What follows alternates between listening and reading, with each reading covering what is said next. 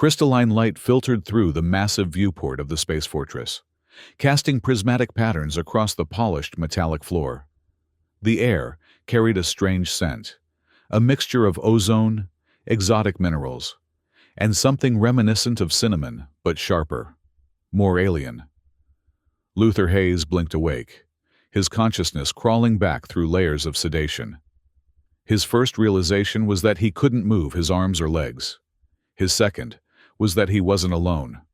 "The human is conscious," announced a voice to his left, the words accented with clicks and purrs that no human throat could produce.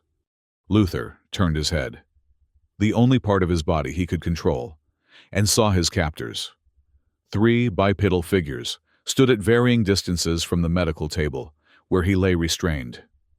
They were tall, with feline features blended seamlessly with humanoid forms, golden eyes with vertical pupils, short fur covering exposed skin, and ears that tapered to points atop their heads. They wore form-fitting armor of a material Luther couldn't identify, panels of which glowed with status indicators and control interfaces. The closest figure stepped forward.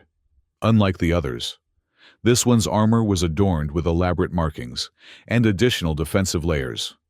A warlord, Luther guessed, or whatever passed for military leadership among these beings.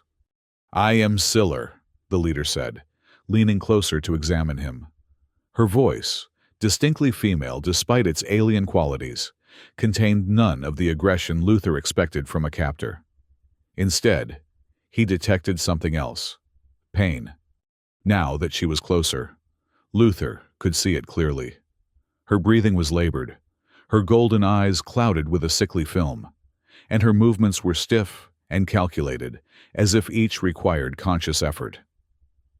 The combat medic in him automatically began cataloging symptoms, even as his rational mind screamed that he was a prisoner, not a doctor on duty. "Do you understand me, human?" Siller asked. Luther nodded, then found his voice. "Yes, I understand." His throat was dry, the words raspy. "I'm Lieutenant Luther Hayes, combat medic, Earth Defense Forces. Where am I? What happened to my unit?" Siller made a dismissive gesture. "Your unit retreated after our engagement in the Proxima sector. You were separated during the battle. My scouts found you unconscious near one of our outposts." That explained how he'd been captured, but not why he was still alive. Earth and the feline species, which humans had taken to calling Felisapiens in official reports, had been engaged in territorial skirmishes across 3 star systems for nearly a decade. Prisoners were rare, and their treatment was rarely humane. "You're wondering why you're still alive," Siller said, reading his expression with unnerving accuracy. She turned to the others and barked an order in their native language, a series of sounds Luther couldn't hope to replicate. The subordinates immediately left the room, the door sealing behind them with a soft hiss. Once they were alone, Siller's posture changed. The rigid military bearing gave way to obvious discomfort. She pressed a hand against her side, where her armor seemed to pulse with an unsettling rhythm. "I need your help, human medic." Luther couldn't have been more surprised if she'd grown wings and flown around the room. "My help? I'm your prisoner." "Yes, and I am dying." Siller reached up to her neck and pressed a sequence on her armor. A section retracted, revealing a patch of fur, matted with a viscous blue substance that Luther assumed was blood. "I've been poisoned with a synthetic compound. None of our healers can neutralize it." She took a step closer, her movement causing her to wince. "The poison was engineered specifically for my biology. It's currently spreading through my system, targeting neural pathways and organ functions. Based on progression models, I have approximately 30 hours before complete system failure." Luther's medical training kicked in despite his situation. "Why come to me? I know nothing about your physiology." "Because the poison was developed by humans," Siller replied. "We intercepted communications, suggesting your military-developed biological agents targeted at our command structure. I believe you may recognize its mechanism." Luther frowned. That's a violation of the Interstellar Geneva Conventions. Earth's military wouldn't— Spare me your protests, Siller interrupted. Regardless of official policy, someone from your species created this, and now you will help me counter it. Luther glanced at his restraints, neural shackles, binding his limbs not with physical constraints, but by blocking nerve signals to his extremities. And if I refuse? Siller's eyes narrowed. Then I will die, and my successor, General Vorak, will assume command of this fleet. She leaned down until her face was inches from Luther's. Vorak believes we should sterilize every human colony world we encounter. He considers negotiations a waste of resources. I, at least, believe your species may yet prove worthy of dialogue. The implication was clear. Help Siller survive, or condemn countless human civilians to death under a more ruthless commander. It wasn't much of a choice. Release my restraints, Luther said finally. I'll need to examine you properly. Run tests. Siller studied him for a long moment, then reached to a control panel on her wrist. The neural shackles hummed, then deactivated. Sensation flooded back into Luther's limbs, accompanied by painful pins and needles. Be advised, Siller said as Luther slowly sat up, that you remain under surveillance. Any attempt to escape or cause harm will result in immediate termination. Luther flexed his fingers, wincing at the returning sensation. I'll need equipment, medical scanning devices, blood analysis tools. Everything you require has been prepared. Siller gestured toward a door on the far side of the room. My personal medical bay is at your disposal. Luther stood carefully, testing his balance. How long have I been unconscious? Approximately 17 Earth hours, Siller replied. We wanted to ensure you were physically stable before awakening you. And my injuries? Minor, treated by our medical staff. She gestured impatiently toward the medical bay. We have no time to waste on pleasantries. Human. The poison progresses regardless of our conversation. Luther nodded and walked somewhat unsteadily toward the indicated door. It slid open at his approach, revealing a laboratory space filled with equipment that was simultaneously familiar and alien. He recognized the general purpose of most devices: analytical tools, vital monitors, surgical implements, but their design and interface were foreign. Siller followed him inside, her movements growing visibly more labored. Without waiting for instruction, she positioned herself on an examination table in the center of the room. Tell me everything you know about this poison, Luther said, scanning the equipment and trying to identify which tools would be most useful. When were you exposed? What were the first symptoms? How has the progression developed? As Siller recounted the details, Luther's mind raced.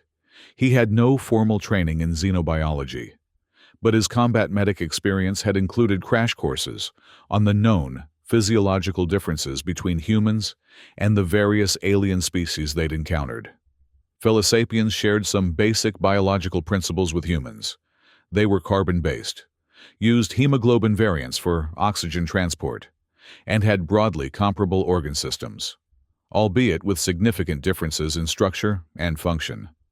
The exposure occurred during a diplomatic meeting with representatives from the Centauri Coalition, Siller explained.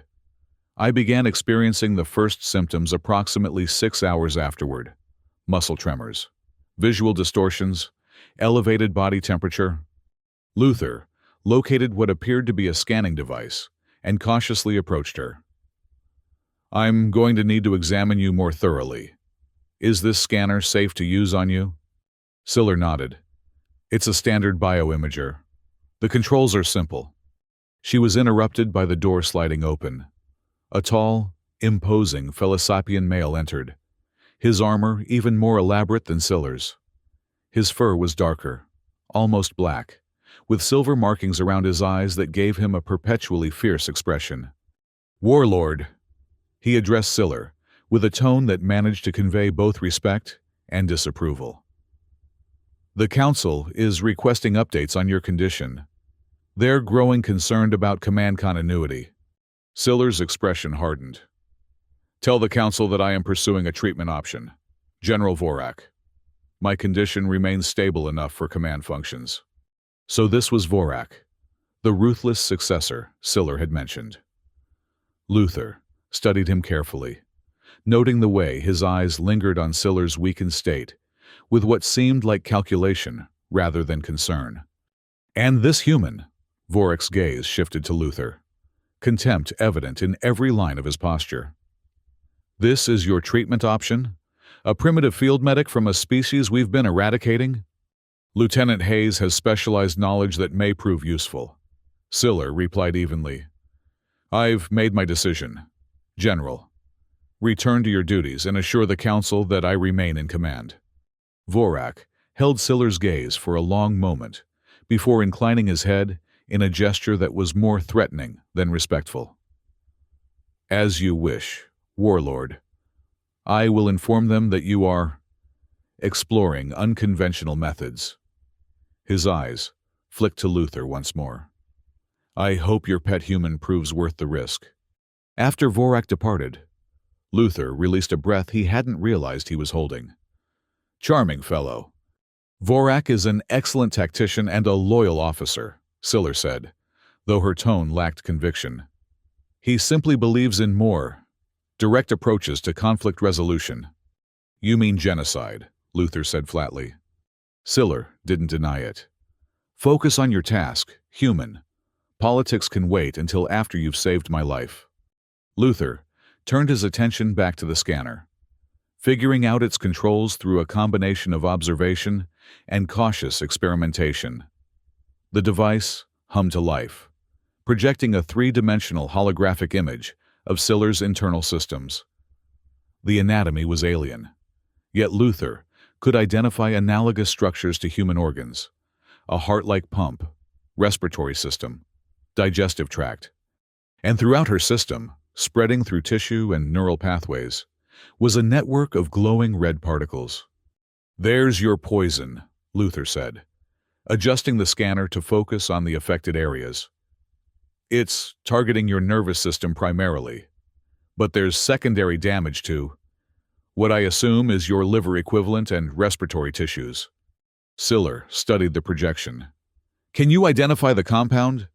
Luther zoomed in on the molecular structure of the toxin.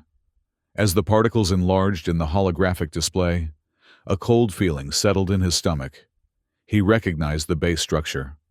It's a modified nerve agent, he said slowly. The foundation is similar to compounds developed for human military applications about 30 years ago, but this has been significantly altered. He pointed to specific molecular chains in the display. These modifications appear designed to target specific aspects of your biology. Siller's eyes narrowed. Then it was humans who created this weapon. Maybe, Luther admitted, but not necessarily my military. This could be the work of independent weapons developers, corporate military contractors, even terrorist groups. He continued analyzing the structure. What's important is that I recognize enough of the base compound to potentially develop a counteragent. For the first time, a flicker of hope appeared in Siller's expression. How long would that take? Luther did some quick mental calculations, none of which were encouraging. Normally, developing and testing an antidote would take weeks or months, but given the progression rate, he hesitated. We don't have that kind of time. We need a shortcut. He spent the next several hours conducting a thorough examination of Siller's condition, running simulations of various treatment approaches, and researching the Felisapien medical database for anything that might help. As he worked, he became increasingly aware of Siller watching him, not with suspicion, but with a scientist's analytical interest. Your approach is different from our healers, she observed during a brief rest period. Less intuitive, more methodical. Luther nodded absently, still reviewing data on a display screen. Human medicine evolved through trial and error over thousands of years. We learned to be methodical because our intuition often led us astray. Yet you rely heavily on pattern recognition, Siller noted. You identified the poison structure and progression pathways faster than our specialists. Combat medicine teaches you to recognize patterns quickly, Luther replied. When you're treating wounded soldiers under fire, you don't have time for extensive diagnostics. As he spoke, an idea began forming in his mind. A desperate, possibly suicidal idea, but one that might actually work. He turned back to the bioscanner and adjusted it to compare Siller's biological systems with the human anatomical data in the medical database. "What are you looking for?" Siller asked, noticing his renewed intensity. "A compatibility match," Luther murmured, eyes fixed on the scrolling data. "The poison works by binding to specific receptor sites in your neural tissue.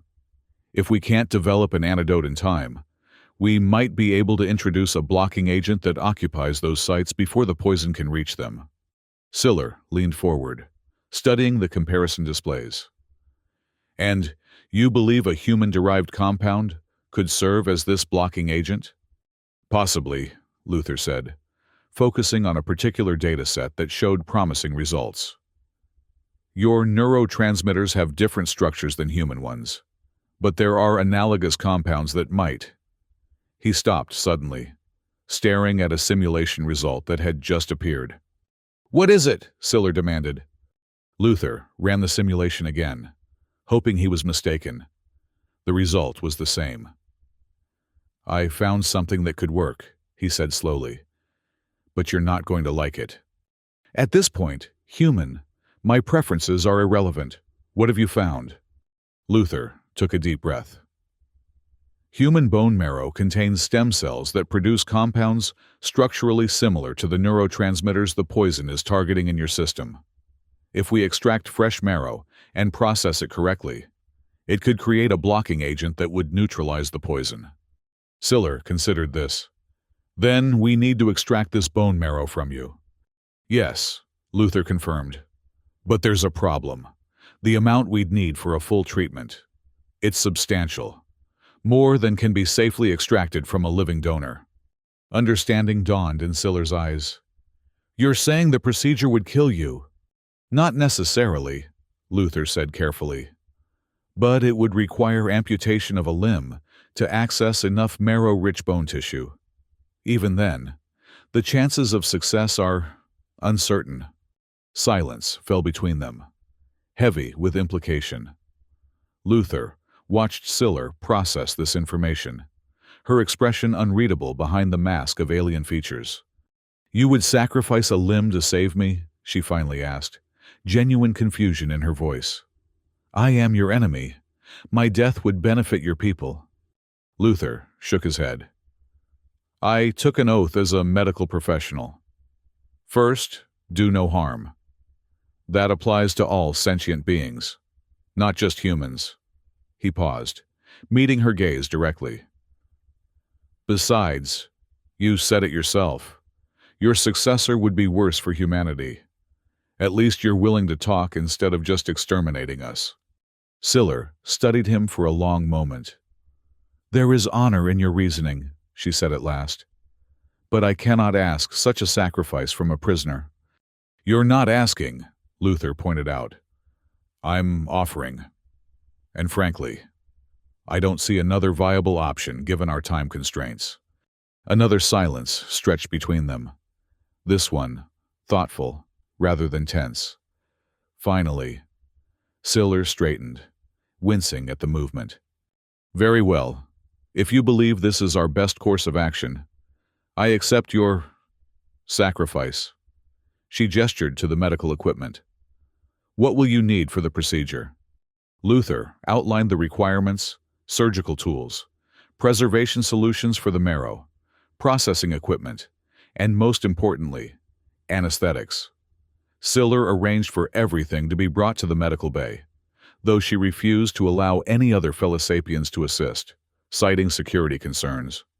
"They cannot know I am this vulnerable," she explained. "Nor can they know I am relying on human assistance. The political implications would be problematic." Luther understood the subtext. There were factions within her command that would use any sign of weakness against her, Vorak chief among them. As they prepared for the procedure, Luther fought to keep his hands steady. Despite his medical training, the prospect of performing an amputation on himself was terrifying. Even with anesthetics, the psychological trauma would be immense. "I'll need to use the strongest sedatives you have," he told Siller as he arranged the surgical tools. "But I'll still need to remain partially conscious to guide you through processing the marrow once the limb is removed." Siller watched him with an expression that might have been concern, though Luther couldn't be certain given the alien features. "You've done this procedure before?" "Amputations? Yes. Self-amputation?" Luther gave a humorless laugh. "Can't say it was covered in medical school." He decided his left arm would be the sacrifice, non-dominant, with large bones rich in marrow. Using the medical scanner, he mapped the ideal cutting point just above the elbow, where the humerus contained the optimal concentration of marrow-producing tissue. As Luther prepared the anesthetic injection, his hand hovered over the amputation saw. The reality of what he was about to do struck him with sudden, crushing force. He would be permanently maimed, even with the most advanced prosthetics Earth could offer. Assuming he ever returned to Earth, he would never be whole again. Siller must have noticed his hesitation. "You can still change your mind," she said quietly. "I would not think less of you." Luther shook his head. "No, we've come this far." He looked up at her. "But I want something in return." Siller's eyes narrowed. "What do you want? Freedom? Safe passage to human territory?" "Information," Luther replied. "Before I do this, I want to know who poisoned you and why. If humans were involved, I need to know which faction. This level of biological warfare violates every treaty we have." Siller considered his request, then nodded slowly. "The diplomatic meeting where I was exposed was with representatives from the Centauri Coalition. They're neutral in the conflict between our peoples, ostensibly acting as mediators." "But you suspect they're not as neutral as they claim," Luther prompted. "Correct. The coalition has been supplying weapons to both sides, while publicly advocating for peace." Siller's expression darkened. "They profit from prolonged conflict. My push for direct negotiations with Earth threatened those profits." Luther processed this information. "So you think the Centauri representatives poisoned you to prevent peace talks? That's a major diplomatic incident." "It would be, if I could prove it," Siller agreed. "But the poison was designed to mimic natural neural degeneration in my species. Without your identification of its true nature, my death would have appeared natural, if somewhat premature." "And Vorak would take command," Luther murmured, "continuing the war exactly as the coalition wants." Siller nodded grimly. "Now you understand the stakes." Luther took a deep breath, steadying himself. "All right, let's do this before I lose my nerve." He prepared the surgical field with meticulous care, securing a tourniquet above the intended amputation site and sterilizing the area. The anesthetic he'd selected was powerful, but would leave him conscious enough to direct the final stages of the procedure. "Once the arm is removed," he instructed Siller, "you'll need to extract the marrow immediately and process it according to these specifications." He indicated a display where he'd programmed the necessary steps. "Timing is critical. The stem cells begin dying as soon as blood supply is cut off." Siller nodded, studying the instructions carefully. "I understand." Luther positioned himself on the surgical table and administered the anesthetic. A cold numbness spread through his arm, followed by the disconcerting sensation of the limb still being present, but no longer connected to his conscious control. "Are you ready?" Siller asked, standing by with the surgical tools. Luther gave a tight nod. "As ready as I'll ever be." He took the surgical saw in his right hand, positioning it against his left arm, just above where the tourniquet compressed his flesh. "Here goes nothing." The first cut was the hardest, psychologically rather than physically. The anesthetic blocked most of the pain, but the vibration of the saw against bone sent waves of nausea through him. Luther forced himself to focus on the technical aspects of the procedure, mentally reciting anatomical terms and surgical protocols to distance himself from the horror of what he was doing. Penetrating the outer cortical bone now, he narrated, as much to keep himself conscious as to inform Siller. Approaching the medullary cavity. Sweat poured down his face despite the climate-controlled environment. His vision blurred, then sharpened with unnatural clarity as his body released a surge of adrenaline. The saw's progress seemed agonizingly slow, yet all too rapid. "Almost through," he gasped, the words barely audible over the mechanical whine of the saw and the roaring of blood in his ears. With a final push, the blade completed its grim task. Luther's left arm separated from his body, falling onto the prepared surgical tray, with a sound that would haunt his nightmares for years to come. The tourniquet held firm, preventing catastrophic blood loss, but shock was setting in rapidly. "Take it," he managed to say, nodding toward the severed limb. "Process. Now. Follow. Display." Siller moved with unexpected gentleness, first securing Luther's wound with a self-sealing medical dressing, before turning to the grisly task of extracting the bone marrow. Despite her own weakened condition, her movements were precise and efficient as she followed Luther's pre-programmed instructions. Luther drifted in and out of consciousness, the room spinning around him in lazy circles. He was vaguely aware of Siller speaking to him, urging him to stay awake, but her voice seemed to come from miles away. When he next became fully aware, Siller was standing over him, holding a vial of viscous amber fluid. "Is this correct?" she asked, her voice cutting through the fog in his mind. "The final extract should have this coloration." Luther forced his eyes to focus on the vial. "Yes," he whispered. "That's it. Inject. Directly into primary circulatory node." Siller hesitated only briefly before loading the extract into an injector device. She positioned it against the base of her neck, where Luther had identified the fellow-sapien equivalent of the carotid artery, and triggered the mechanism. The effect was not immediate. For several agonizing minutes, nothing seemed to change.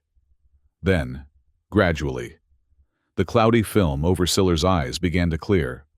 Her breathing eased, becoming deeper and more regular. The visible tremors in her limbs subsided. "It's working," she said, surprise evident in her voice. "The pain is receding."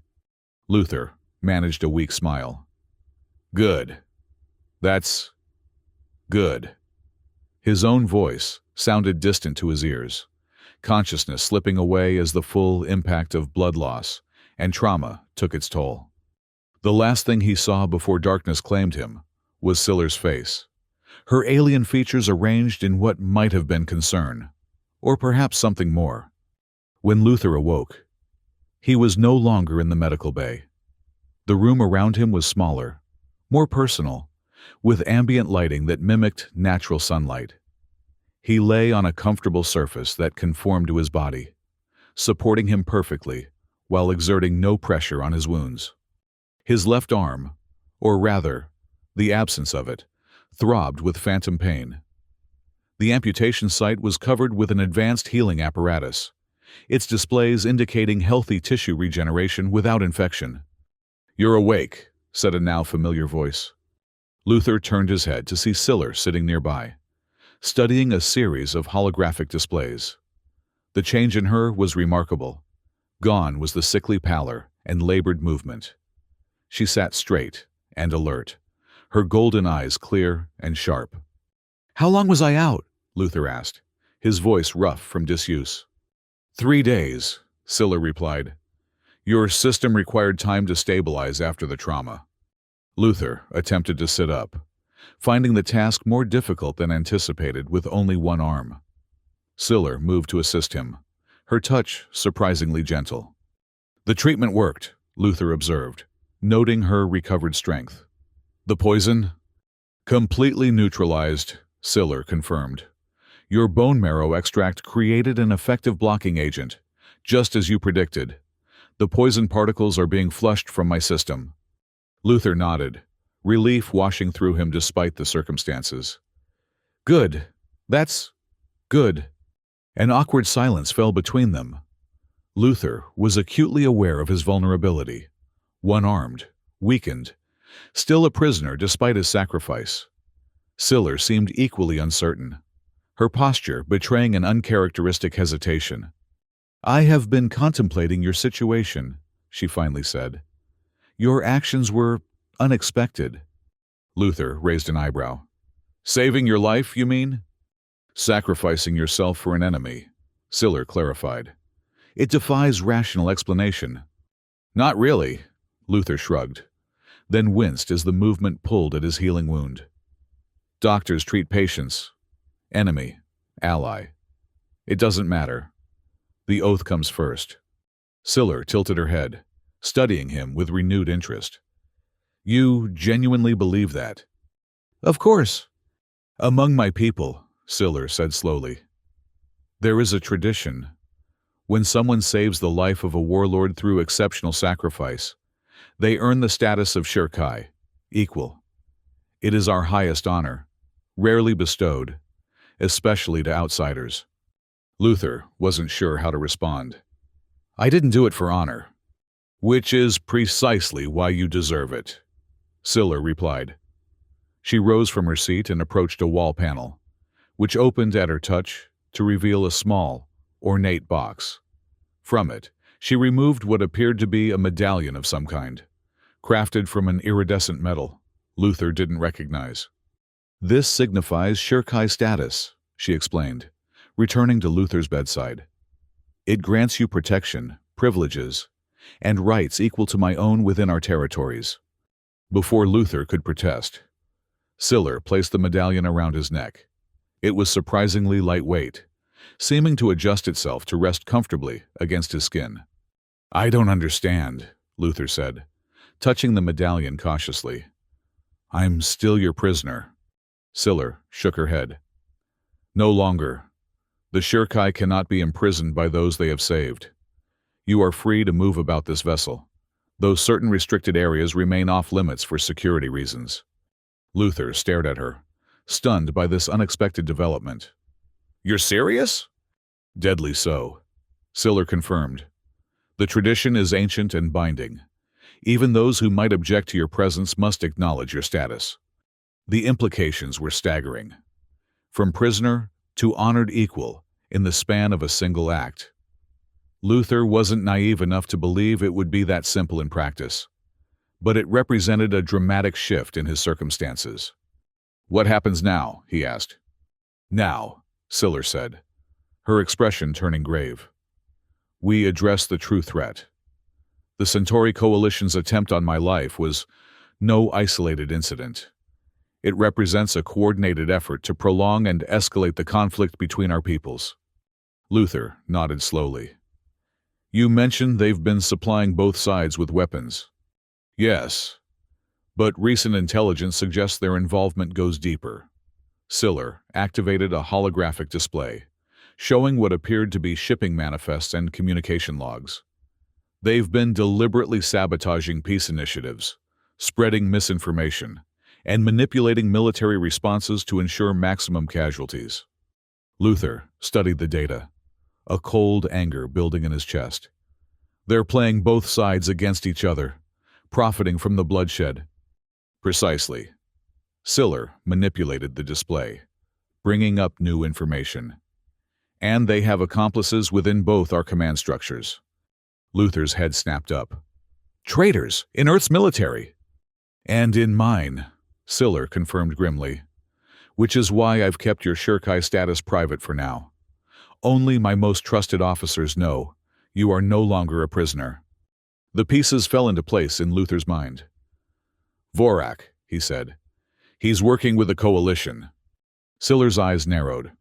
I have suspicions but no concrete evidence. Yet. And you think I can help you find this evidence? You've already proven your value beyond expectation, Scylla replied. Your perspective as both a human and a medical professional offers insights my advisors lack. And your status as Shirkai gives you authority they cannot challenge. Luther considered the proposal, working with Scylla to expose a conspiracy that was fueling the war between their species, aligned with his own desires for peace. And pragmatically, it offered his best chance of eventual return to human territory. All right, he said finally. I'll help you. But I want your word that any evidence we find will be shared with Earth's leadership. If there are traitors in our military, they need to be exposed. Scylla inclined her head in agreement. You have my word as Warlord. The truth will be revealed to both our peoples. Over the next several days, Luther's strength gradually returned. The advanced medical technology on Scylla's vessel accelerated his healing process, reducing what would have been months of recovery to weeks. He was fitted with a temporary prosthetic arm, functional but basic, designed primarily to help him relearn balance and coordination while his amputation site fully healed. True to Scylla's word, he was granted freedom to move about most areas of the vessel. The reaction from the crew was mixed. Some regarded him with open hostility, others with wary curiosity, and a few with something approaching respect once they learned of his sacrifice. Kaylin, Scylla's intelligence officer and one of her most loyal subordinates, became Luther's primary liaison, a younger fellow sapien with russet fur and sharp, analytical eyes. Kaylin took it upon himself to educate Luther about their culture and customs. The Shirkai tradition dates back to our earliest tribal conflicts, Kaylin explained, as they walked through a maintenance corridor. Before we achieved spaceflight, before we united as a species, it was established to recognize that true loyalty transcends bloodlines and tribal affiliations. And it's been extended to non-fellow sapiens before? Luther asked. Kaylin's ear twitched, a gesture Luther had come to recognize as indicating mild discomfort. Rarely. 3 times in our recorded history. You are the 4th. Lucky me, Luther murmured. Indeed, Kaylin replied, missing the sarcasm. Many would consider it our culture's highest honor. They reached their destination, a secure data hub where Kaylin had been gathering intelligence on suspected coalition collaborators. The room was filled with holographic displays showing communication logs, personnel files, and movement records. What have you found? Luther asked, scanning the information. Patterns, Kaylin said, manipulating the displays to highlight specific data points. Vorak has had 17 unauthorized communications with Centauri vessels in the past 6 months. Each coincided with tactical decisions that prolonged conflict with human forces. Luther studied the correlations. That's suspicious but not definitive. Agreed. Which is why we need access to his personal communication logs. Kaylin brought up a schematic of the vessel.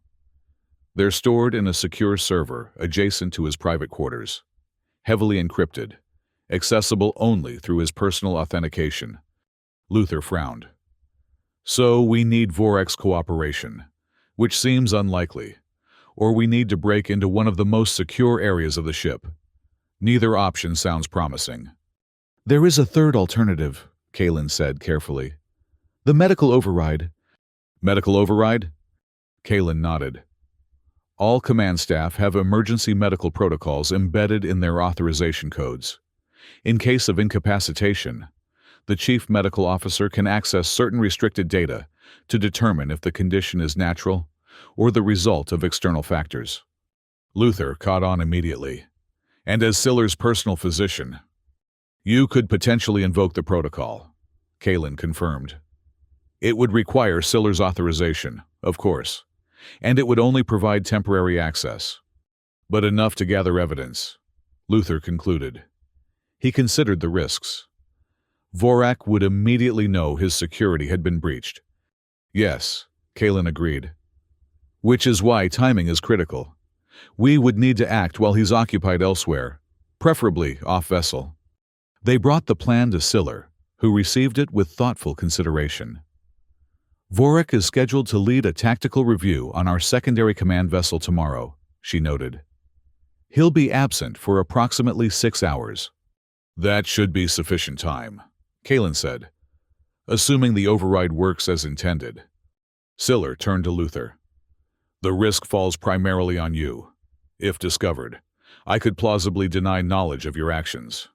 You would lose Shirkai protection. Luther appreciated her directness. I understand the stakes, but if Vorak is working with the Coalition to prolong this war, thousands of lives are at risk, human and fellow-sapien. It's worth the gamble. Siller studied him for a long moment, then nodded. Very well. I will authorize the medical override protocol. The plan was set in motion the following day. While Vorak departed for the tactical review, Luther and Kalen made their way to the medical systems hub. Using Siller's authorization and Luther's newly granted medical access, they initiated the override protocol for Vorak's personal data. Remember, we have limited time, Kalen warned, as the system processed their request. The override expires after 2 hours, and the access will be logged in the security system. Luther nodded grimly. Then let's make it count. The override granted them access to Vorak's communications, personal logs, and security recordings. They worked methodically, searching for evidence of collaboration with the Coalition.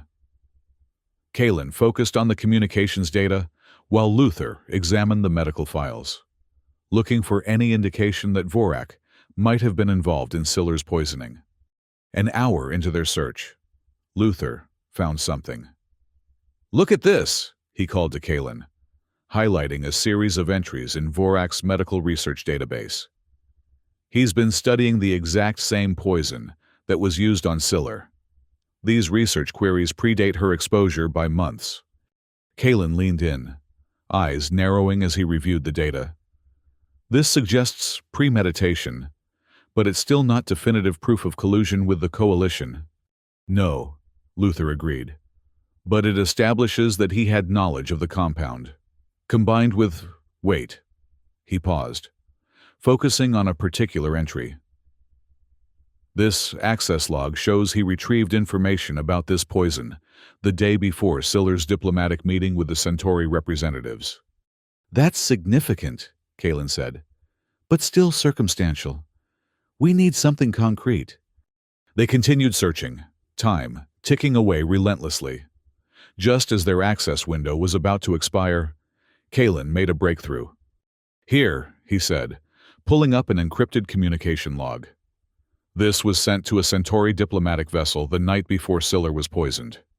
The message was brief, but damning. Package delivered as agreed. Anticipate transition of authority within standard cycle. Prepare final phase of Operation Sundered Earth. Luther's blood ran cold. Sundered Earth? That sounds like... A plan to destroy your homeworld, Kalen finished grimly. Or something equally catastrophic. They quickly gathered all the evidence they could before the override expired, transferring the data to a secure server that only Siller could access. As they completed the transfer, a security alert flashed across the screen. We've been detected, Kalen said, his ears flattening against his head in alarm. The system recognized the override as unusual and has flagged it for review. How long do we have before Vorak is notified? Luther asked, already moving toward the exit. Minutes at most. We need to get this evidence to Siller immediately. They hurried through the corridors, avoiding main thoroughfares where they might be seen. Luther was acutely aware of his conspicuousness, the only human on a vessel of fellow-sapiens, marked by both his species and his missing arm. They were nearly to Siller's command center when a security team rounded the corner ahead, weapons raised. Vorak stood behind them, his expression a mask of cold fury. Seize them, he ordered. The human for espionage, Kalen for treason. The security team advanced cautiously. Luther glanced at Kalen, who subtly shook his head. Fighting would only make their situation worse. General Vorak, Luther said, straightening to his full height and touching the Shirkai medallion at his throat. "I invoke the protection of Shirkai status. By your own laws, I cannot be detained without Warlord Siller's direct authorization." Vorak's eyes narrowed. "Shirkai? You?" He laughed, a harsh sound devoid of humor. "This human claims our most sacred status," he told the security team.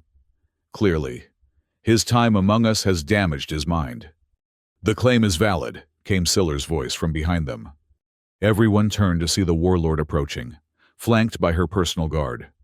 She moved with the fluid grace Luther had come to associate with her fully recovered state, her presence commanding immediate attention.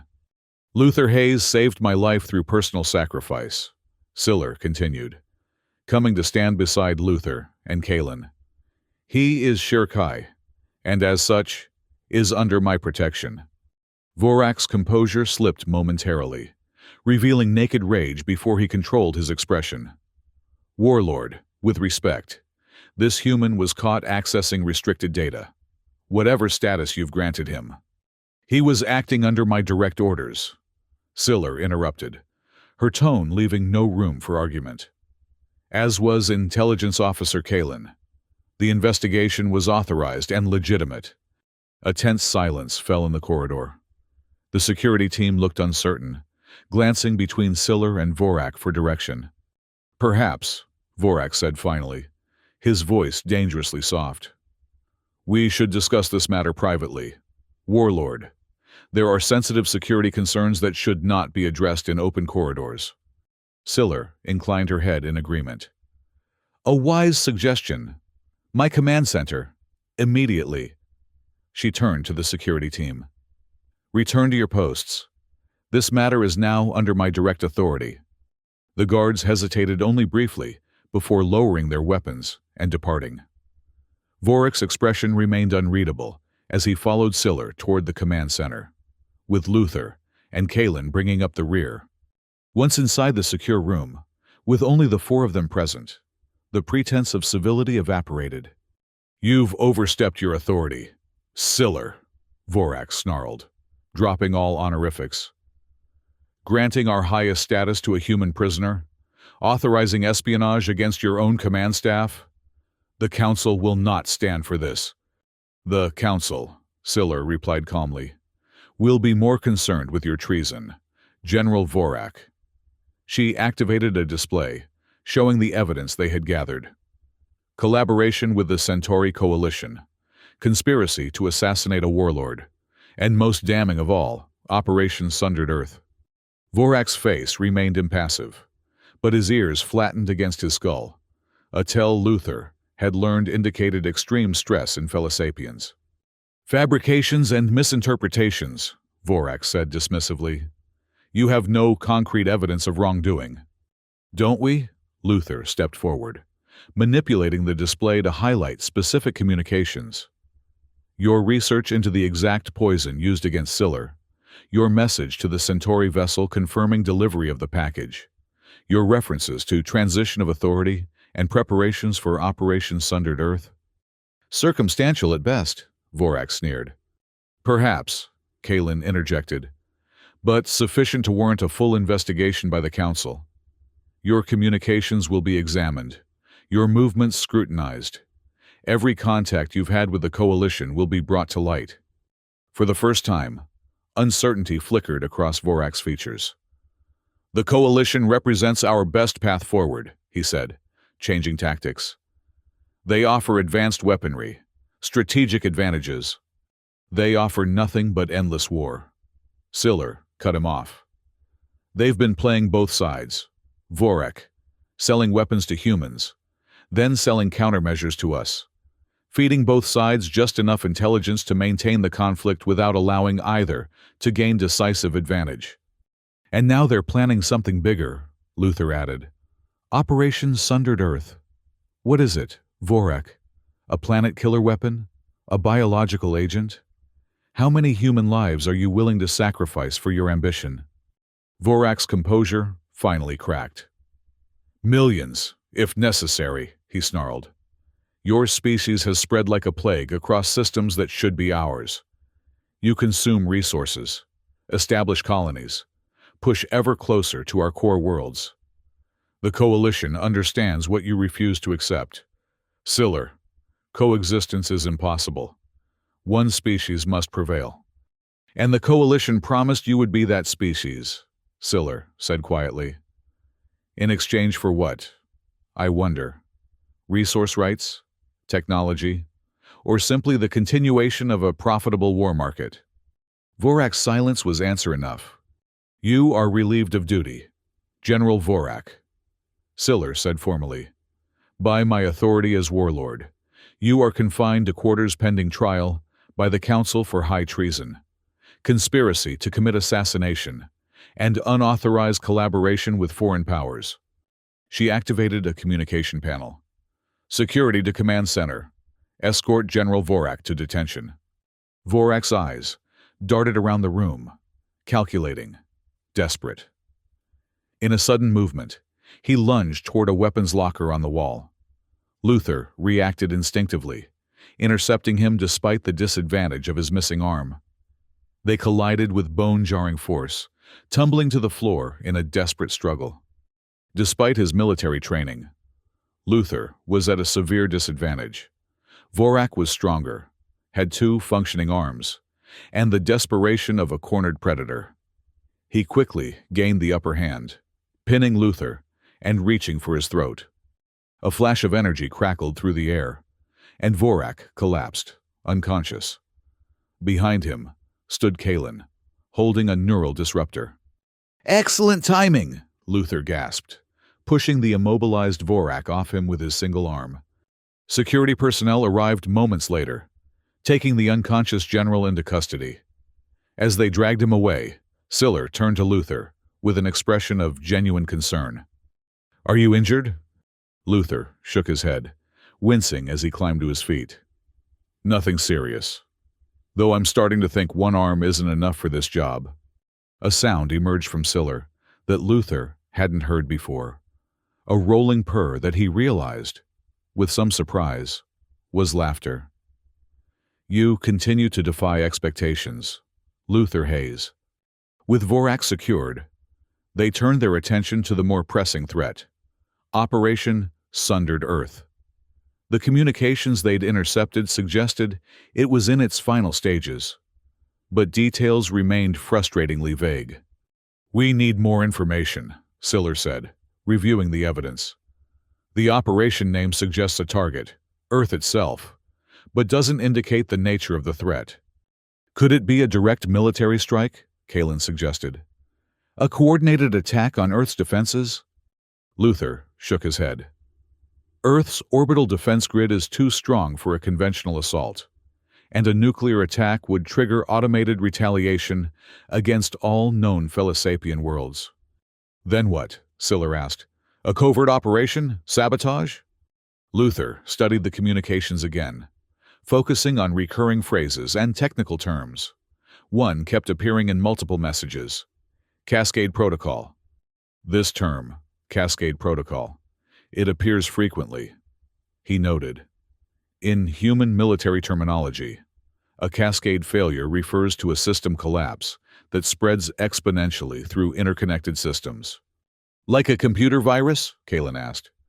"Or a biological one," Luther said, a cold realization dawning. The poison used against Siller, what if it was a test run, a prototype for something designed to target humans on a massive scale? Siller's eyes widened. A species-specific bioweapon, deployed simultaneously across multiple human settlements. "It fits the evidence," Luther agreed grimly.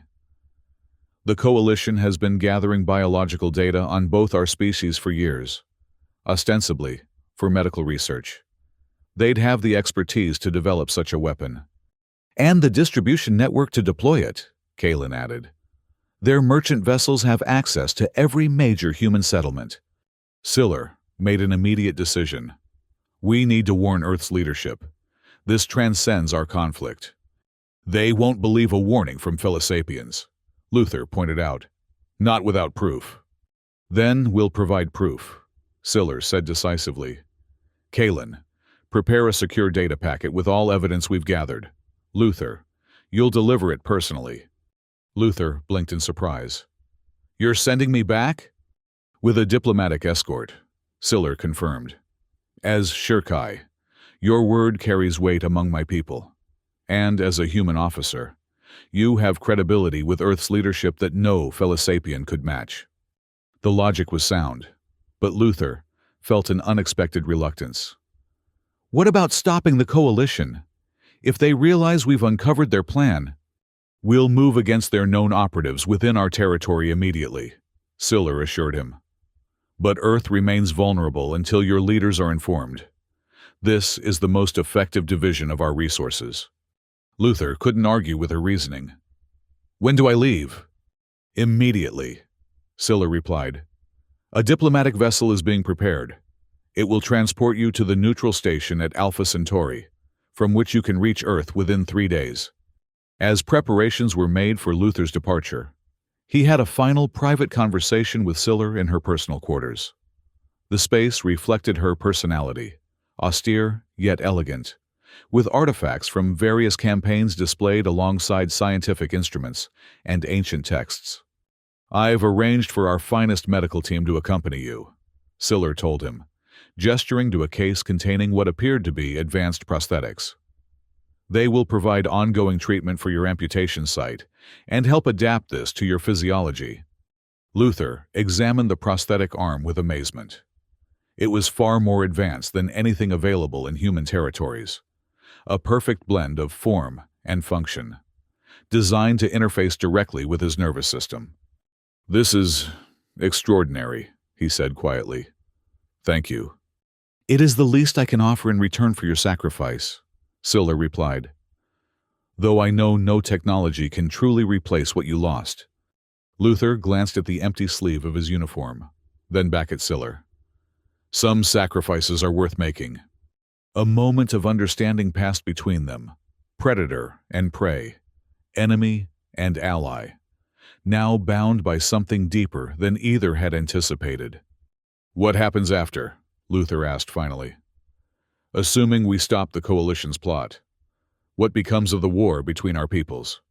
Siller considered the question carefully. "That depends partly on how your leaders respond to our warning. If they recognize the common threat and accept our assistance in neutralizing it, perhaps it opens a path to negotiation. And if they don't, then at least we tried," Siller said simply. "I believe our species can coexist, Luther. Not without challenges, not without compromise, but with mutual respect and defined boundaries. Vorak was wrong about that, as was the coalition." Luther nodded slowly. "I believe that too, which is why I'll do everything in my power to convince Earth's leadership to listen."